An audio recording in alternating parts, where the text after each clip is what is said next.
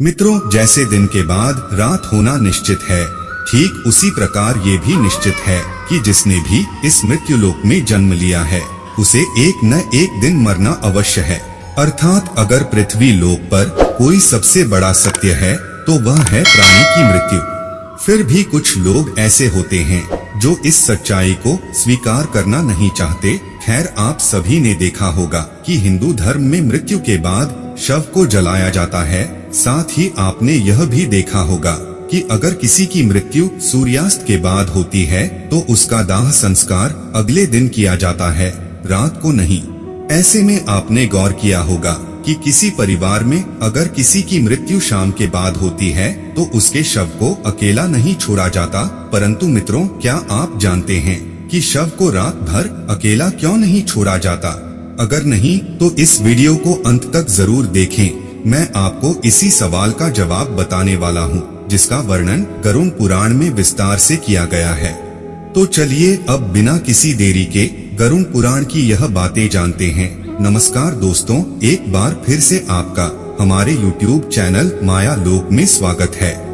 मित्रों, हमारे धर्म में मृत्यु के बाद शव को अकेला क्यों नहीं छोड़ा जाता, यह बताने से पहले हम आपको यह बता देते हैं कि कब कब परिस्थितियों में शव का अंतिम संस्कार नहीं किया जाता या फिर कुछ समय के लिए टाल दिया जाता है। मित्रों, आपको सबसे पहले बता दूं कि हिंदू धर्म में अगर किसी की मृत्यु सूर्यास्त के बाद होती है तो उसके शव को रात भर घर पर ही रखा जाता है और अगले दिन उसका दाह संस्कार किया जाता है। इसके अलावा अगर किसी की मृत्यु पंचक समय में होती है तो उसके शव को भी कुछ समय के लिए घर पर रखा जाता है और जब पंचक काल समाप्त होता है उसके बाद ही उसका दाह संस्कार किया जाता है। क्योंकि गरुड़ पुराण में बताया गया है कि अगर सूर्यास्त के बाद अथवा पंचक समय में किसी मृत शरीर का दाह संस्कार किया जाए तो उसे मोक्ष की प्राप्ति नहीं होती। इसीलिए अगर कोई रात में मर जाए तो ऐसी स्थिति में लाश को लेकर शमशान घाट नहीं जाते और लाश को घर पर ही रखा जाता है। सुबह होने का इंतजार किया जाता है और ऐसे में शरीर को एक पल के लिए अकेला नहीं छोड़ा जाता और कोई ना कोई व्यक्ति हमेशा रखवाली के लिए मौजूद रहता है। मृत शरीर को अकेला नहीं छोड़ने का सबसे बड़ा कारण है कि अगर शव को अकेला छोड़ दिया जाए तो हो सकता है कि कुत्ते, बिल्ली जैसे जानवर उसे नोच खा जाए। अगर गरुड़ पुराण की माने तो ऐसे में मृत आत्मा को भी यमलोक की मार्ग में ऐसे ही यातनाएं सहनी पड़ती है। साथ ही ऐसा भी माना जाता है कि अगर शव को अकेला छोड़ दिया जाए तो उससे गंध आने लगती है। ऐसे में जरूरी हो जाता है कि वहाँ कोई ना कोई व्यक्ति जरूर बैठा रहे और धूप या अगरबत्ती शव के चारों तरफ जलाता रहे ताकि शव से आने वाली दुर्गंध चारों ओर न फैले। गरुड़ पुराण के अनुसार भगवान विष्णु गरुड़ जी के पूछने पर कहते हैं, हे पक्षीराज, इन सब के अलावा अगर किसी की मृत्यु हो जाती है और उसकी कोई भी संतान नहीं है, ऐसे समय पर भी शव को घर पर रखा जा सकता है जब तक कि उसका पुत्र या फिर पुत्री ना आ जाए।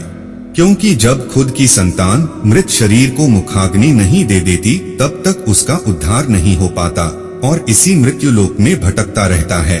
इसके बाद विष्णु जी बताते हैं कि सूर्यास्त के बाद अगर किसी भी शरीर को जला दिया जाए अर्थात उसका अंतिम संस्कार कर दिया जाए तो वह मृत आत्मा असुर, दानव अथवा पिशाच के योनि में जन्म लेती है, जहां उसे कई तरह के कष्ट सहने पड़ते हैं। और यही वजह है कि हिंदू धर्म में रात को अंतिम संस्कार करने से मना किया गया है। आगे विष्णु जी बताते हैं कि अगर रात में मृत शरीर को अकेला छोड़ दिया जाए तो उस शरीर में आसपास भटक रही दूर आत्माएं प्रवेश कर जाती हैं, जिससे मृतक के साथ साथ उसके परिजनों को भी कई तरह के कष्ट भोगने पड़ते हैं। साथ ही यह भी बता दें कि शव को अकेला इसलिए भी नहीं छोड़ा जाता क्योंकि मरे हुए आदमी की आत्मा वहीं पर भटकती रहती है और अपने परिजनों को देखती रहती है।